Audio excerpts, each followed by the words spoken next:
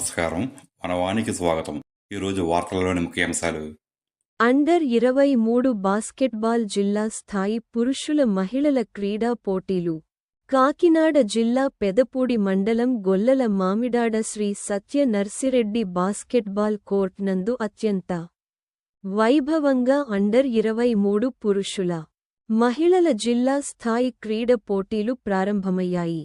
ఈ క్రీడా పోటీలకు ఉమ్మడి తూర్పుగోదావరి జిల్లా నుండి పురుషులు 11 టీములు, మహిళలు 5 టీములతో సుమారు 200 మంది పాల్గొన్నారు.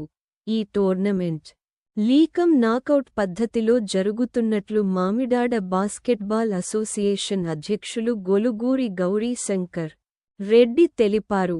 ఈ క్రీడా పోటీలు ఆద్యంతం హోరాహోరీగా సాగుతున్నాయి. శనివారం ఉదయం 10 గంటల నుండి ఈ పోటీలు ప్రారంభమయ్యాయి. ఈ టోర్నమెంట్ను బీఎఫ్ఐ సంయుక్త కార్యదర్శి జి చక్రవర్తి పర్యవేక్షిస్తున్నట్లు గౌరీ శంకర్ రెడ్డి తెలిపారు.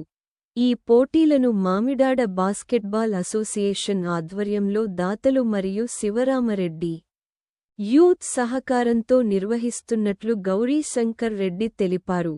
ఈ కార్యక్రమంలో మామిడాడ బాస్కెట్బాల్ అసోసియేషన్ గౌరవ అధ్యక్షులు నల్లమిల్లి అప్పారెడ్డి, కార్యదర్శి చిర్ల వెంకటకృష్ణారెడ్డి, కోశాధికారి ద్వారంపూడి యువ రాజారెడ్డి, బుల్లి గంగిరెడ్డి, తమలంపూడి శివరామరెడ్డి, మల్లిడి శ్రీనివాస్ రెడ్డి, రామలక్ష్మణులు, శ్రీరామ మురళీకృష్ణ శ్రీనివాస్ రెడ్డి, గోపాలకృష్ణ గ్రామ పెద్దలు, వివిధ బాస్కెట్బాల్ అసోసియేషన్ పెద్దలు, బాస్కెట్బాల్ క్రీడాకారులు పాల్గొన్నారు.